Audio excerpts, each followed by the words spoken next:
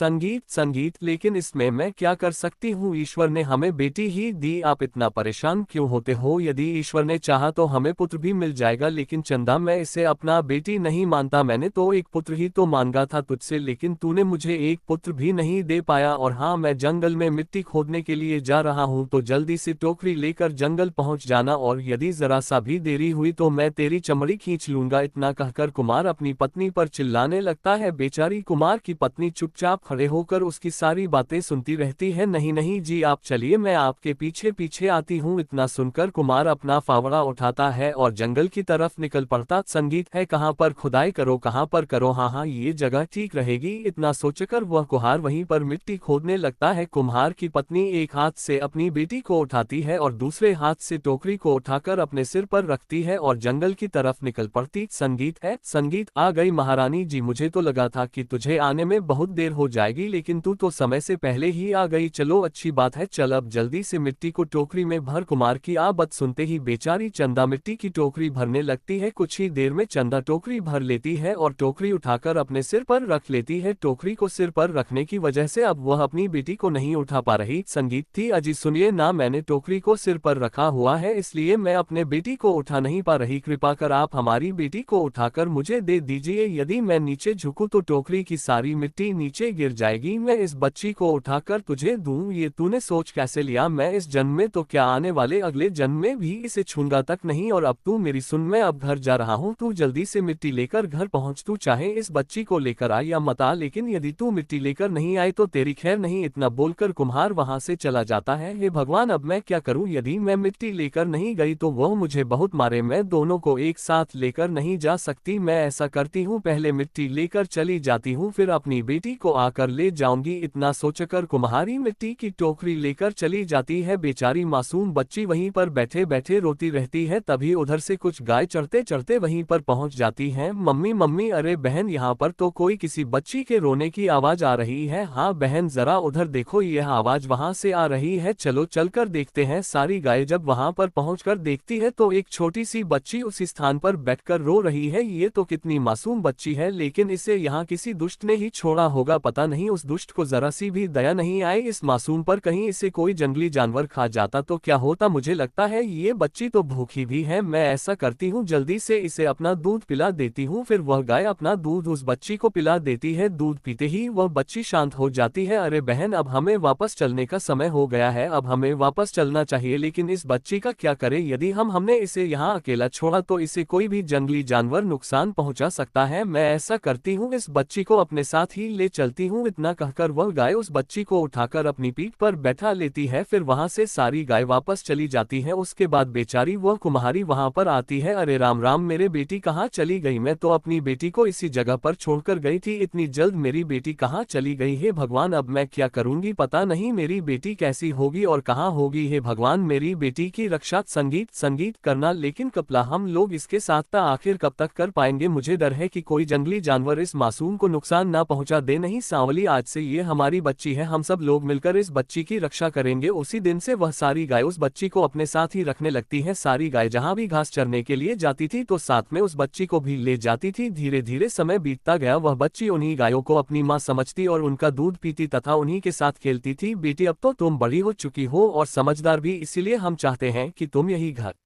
में ही रुको। मैं जंगल से तुम्हारे लिए फल ले आया करूंगी, तुम यहाँ पर बिल्कुल सुरक्षित हो। ठीक है माँ, जैसी आपकी इच्छा, मैं यहीं पर रुक जाती हूँ। अच्छा ठीक है बेटी, अब मैं चलती हूँ, तुम अपना ख्याल रखना, दरवाजा अच्छे से बंद कर लेना। ठीक है माँ, आप निश्चिंत होकर संगीत जाए। अरे वाह, ये जंगल तो कितना सुंदर है, जी तो करता है पूरे दिन में यहीं बैठकर इस सुंदरता को देखती रहूं। मैं ऐसा करती हूँ, थोड़ी देर इसी स्थान पर बैठ लेती हूँ, फिर घर के अंदर चली जाऊंगी। इतना सोचकर वह लड़की वहीं पर बैठ जाती है। तभी उधर से एक राक्षस शिकार की तलाश में घूमता हुआ उधर को ही आ रहा था। ओहो, आज तो पूरा जंगल घूम लिया लेकिन कोई भी शिकार नजर नहीं आया। पता नहीं आज मुझे कोई शिकार मिलेगा भी या नहीं, कोई पता नहीं। चलो कुछ देर और घूम लेता हूँ। ये सारी बातें सोचते सोचते वह राक्षस वहीं पर पहुंच जाता है। अरे ये कौन है? मुझे लगता है यह तो कोई इंसानी बच्ची है। अरे वाह वाह, इसका नर्म नर्म मांस खाकर तो आनंद ही आ जाएगा। इतना सोचकर राक्षस दबे पांव उस लड़की की तरफ बढ़ता है। तभी पेड़ पर बैठे कुछ कौवे राक्षस को देखकर चिल्लाने लगते हैं। तभी वह वह लड़की पीछे मुड़कर देखती है। अरे हट हट, अरे हट जा दस्त कौवे, मैं तुझे जिंदा नहीं छोड़ूंगा। अरे इतनी जल्दी वह लड़की कहाँ चली गई? मुझे लगता है वह लड़की इस गुफा के अंदर ही गई होगी। राक्षस जल्दी से जाता है और गुफा का दरवाजा खटखटा आता है। अरे मेरी प्यारी लाडो, तुम अंदर क्यों चली गई? तुम दरवाजा तो खोलो, देखो मैं तुम्हारे लिए अच्छी अच्छी मिठाइयाँ लेकर आया हूँ। अरे मेरी प्यारी बेटी, जरा दरवाजा तो खोल दो। अरे नहीं बेटी, तुम दरवाजा मत खोलना, ये राक्षस तुम्हें खा जाएगा। अरे दुष्ट कौवे, मैं तुझे जिंदा नहीं छोड़ूंगा। इतना कहकर राक्षस कौवे के पीछे भागता है। कौवा जल्दी से वहां से उड़ते हुए एक नदी के किनारे पर चला जाता है। तभी वह राक्षस एक बड़ा सा पत्थर उठाता है और कौवे के ऊपर फेंक कर मारता है। कौवे को पत्थर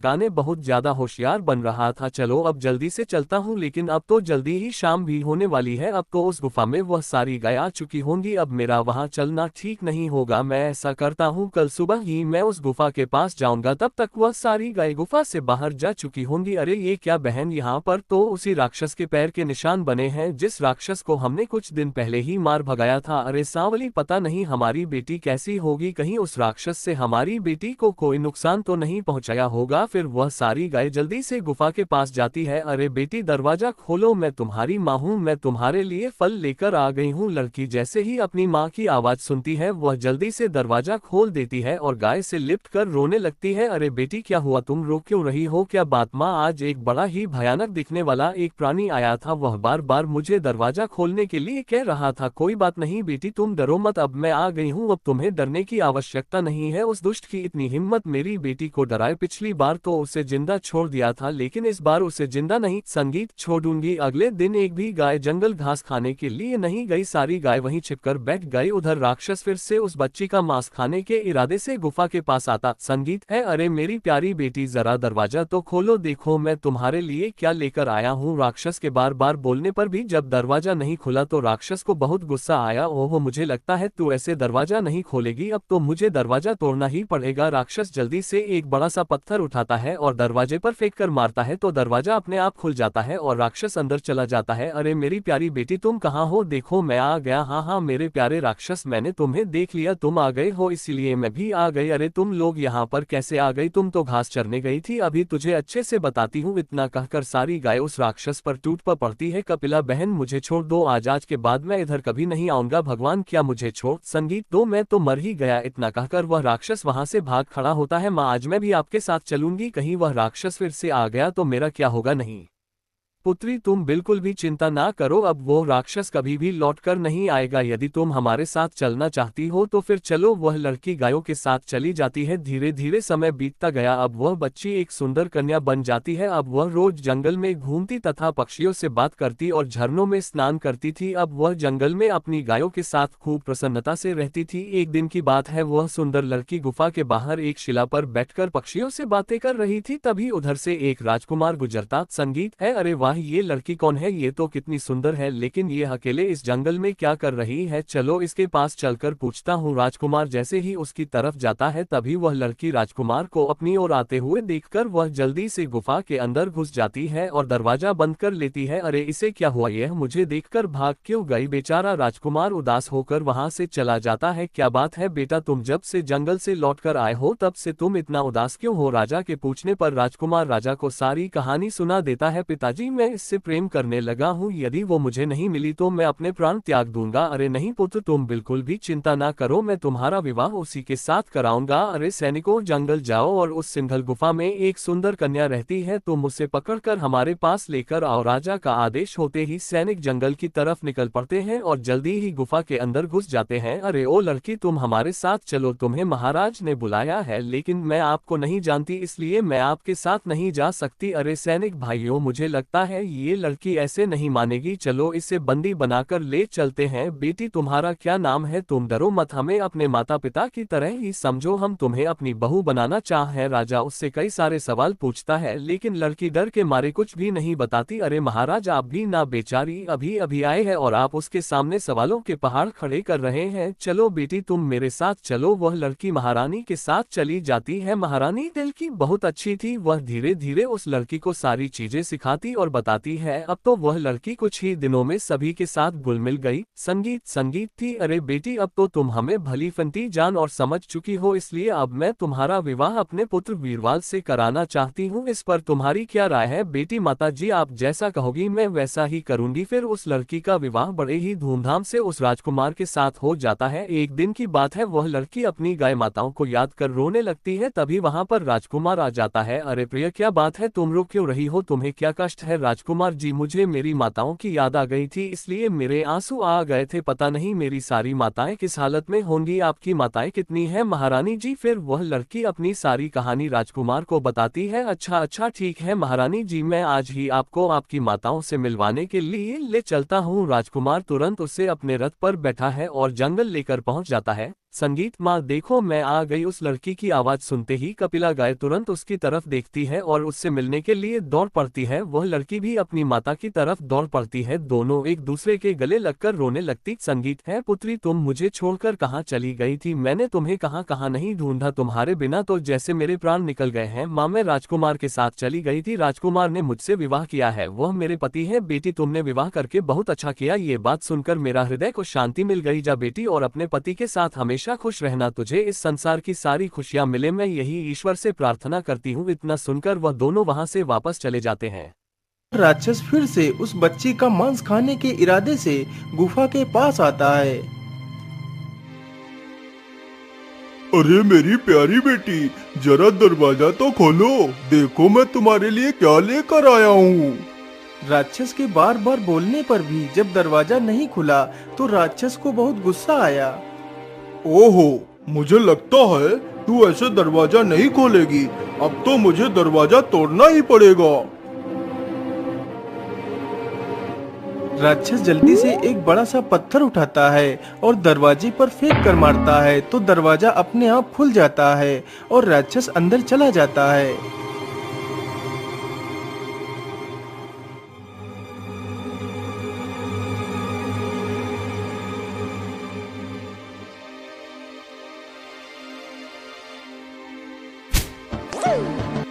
अरे मेरी प्यारी बेटी, तुम कहाँ हो? देखो मैं आ गया। हाँ मेरे प्यारे राक्षस, मैंने तुम्हें देख लिया। तुम आ गए हो, इसीलिए मैं भी आ गई। अरे तुम लोग यहाँ पर कैसे आ गई? तुम तो घास चरने गई थी। अभी तुझे अच्छे से बताती हूँ। इतना कहकर सारी गाय उस राक्षस पर टूट पड़ती हैं। कपिला बहन, मुझे छोड़ दो। आज के बाद मैं इधर कभी नहीं आऊंगा। अरे भगवान, क्या मुझे छोड़ दो।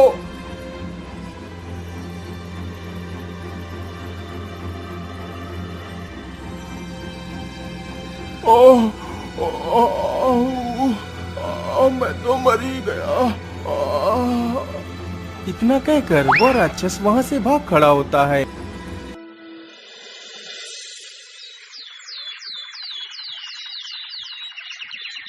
माँ, आज मैं भी आपके साथ चलूंगी। कहीं वह राक्षस फिर से आ गया तो मेरा क्या होगा? नहीं पुत्री, तुम बिल्कुल भी चिंता ना करो। अब वो राक्षस कभी भी लौटकर नहीं आएगा। यदि तुम हमारे साथ चलना चाहती हो तो फिर चलो। वह लड़की गायों के साथ चली जाती है। धीरे धीरे समय बीतता गया। अब वह बच्ची एक सुंदर कन्या बन जाती है। अब वह रोज जंगल में घूमती तथा पक्षियों से बात करती और झरनों में स्नान करती थी। अब वह जंगल में अपनी गायों के साथ खूब प्रसन्नता से रहती थी। एक दिन की बात है, वह सुंदर लड़की गुफा के बाहर एक शिला पर बैठकर पक्षियों से बातें कर रही थी। तभी उधर से एक राजकुमार गुजरता है।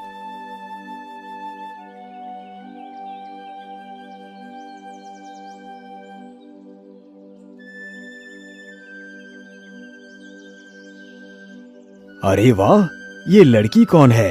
ये तो कितनी सुंदर है, लेकिन ये अकेले इस जंगल में क्या कर रही है? चलो इसके पास चलकर पूछता हूँ। राजकुमार जैसे ही उसकी तरफ जाता है, तभी वह लड़की राजकुमार को अपनी ओर आते हुए देखकर वह जल्दी से गुफा के अंदर घुस जाती है और दरवाजा बंद कर लेती है। अरे इसे क्या हुआ? ये मुझे देखकर भाग क्यों गई? बेचारा राजकुमार उदास होकर वहां से चला जाता है। क्या बात है बेटा, तुम जब से जंगल से लौट कर आए हो तब से तुम इतना उदास क्यों हो? राजा के पूछने पर राजकुमार राजा को सारी कहानी सुना देता है। पिताजी, मैं इससे प्रेम करने लगा हूँ। यदि वो मुझे नहीं मिली तो मैं अपने प्राण त्याग दूंगा। अरे नहीं पुत्र, तुम बिल्कुल भी चिंता ना करो, मैं तुम्हारा विवाह उसी के साथ कराऊंगा। अरे सैनिकों, जंगल जाओ और उस सिंघल गुफा में एक सुंदर कन्या रहती है, तुम उसे पकड़कर हमारे पास लेकर आओ। राजा का आदेश होते ही सैनिक जंगल की तरफ निकल पड़ते हैं और जल्दी ही गुफा के अंदर घुस जाते हैं। अरे ओ लड़की, तुम हमारे साथ चलो, तुम्हें महाराज ने बुलाया है। लेकिन मैं आपको नहीं जानती, इसलिए मैं आपके साथ नहीं जा सकती।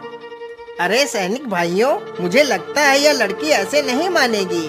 चलो इसे बंदी बनाकर ले चलते हैं।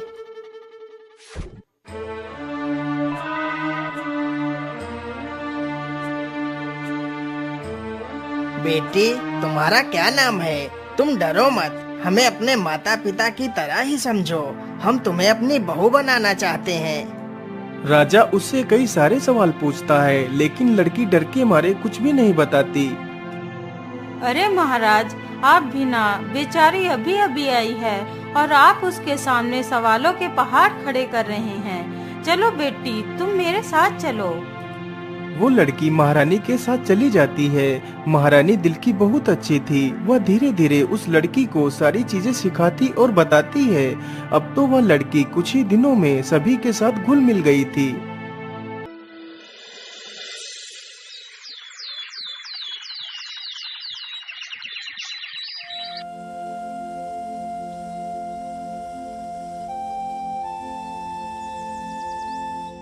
अरे बेटी, अब तो तुम हमें भली भांति जान और समझ चुकी हो, इसलिए अब मैं तुम्हारा विवाह अपने पुत्र वीरबल से कराना चाहती हूँ। इस पर तुम्हारी क्या राय है बेटी? माता जी, आप जैसा कहोगी मैं वैसा ही करूँगी। फिर उस लड़की का विवाह बड़े ही धूमधाम से उस राजकुमार के साथ हो जाता है। एक दिन की बात है, वह लड़की अपनी गाय माताओं को याद कर रोने लगती है। तभी वहाँ पर राजकुमार आ जाता है। अरे प्रिय, क्या बात है? तुम रो क्यों रही हो? तुम्हें क्या कष्ट है? राजकुमार जी, मुझे मेरी माताओं की याद आ गई थी, इसलिए मेरे आंसू आ गए थे। पता नहीं मेरी सारी माताएं किस हालत में होंगी। आपकी माताएं कितनी है महारानी जी? फिर वह लड़की अपनी सारी कहानी राजकुमार को बताती है। अच्छा, ठीक है महारानी जी, मैं आज ही आपको आपकी माताओं से मिलवाने के लिए ले चलता हूँ। राजकुमार तुरंत उसे अपने रथ पर बैठाता है और जंगल लेकर पहुँच जाता है।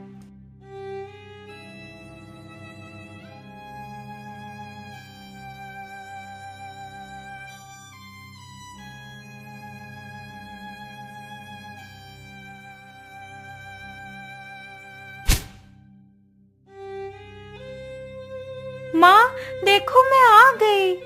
उस लड़की की आवाज सुनते ही कपिला गाय तुरंत उसकी तरफ देखती है और उससे मिलने के लिए दौड़ पड़ती है। वह लड़की भी अपनी माता की तरफ दौड़ पड़ती है। दोनों एक दूसरे के गले लगकर रोने लगती हैं।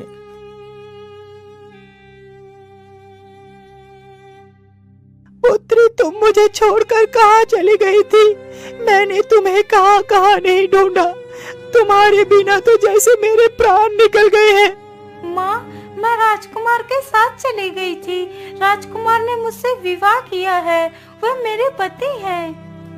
बेटी, तुमने विवाह करके बहुत अच्छा किया। ये बात सुनकर मेरा हृदय को शांति मिल गई। जा बेटी, और अपने पति के साथ हमेशा खुश रहना। तुझे इस संसार की सारी खुशियाँ मिले, मैं यही ईश्वर से प्रार्थना करती हूँ। इतना सुनकर वह दोनों वहाँ से वापस चले जाते हैं।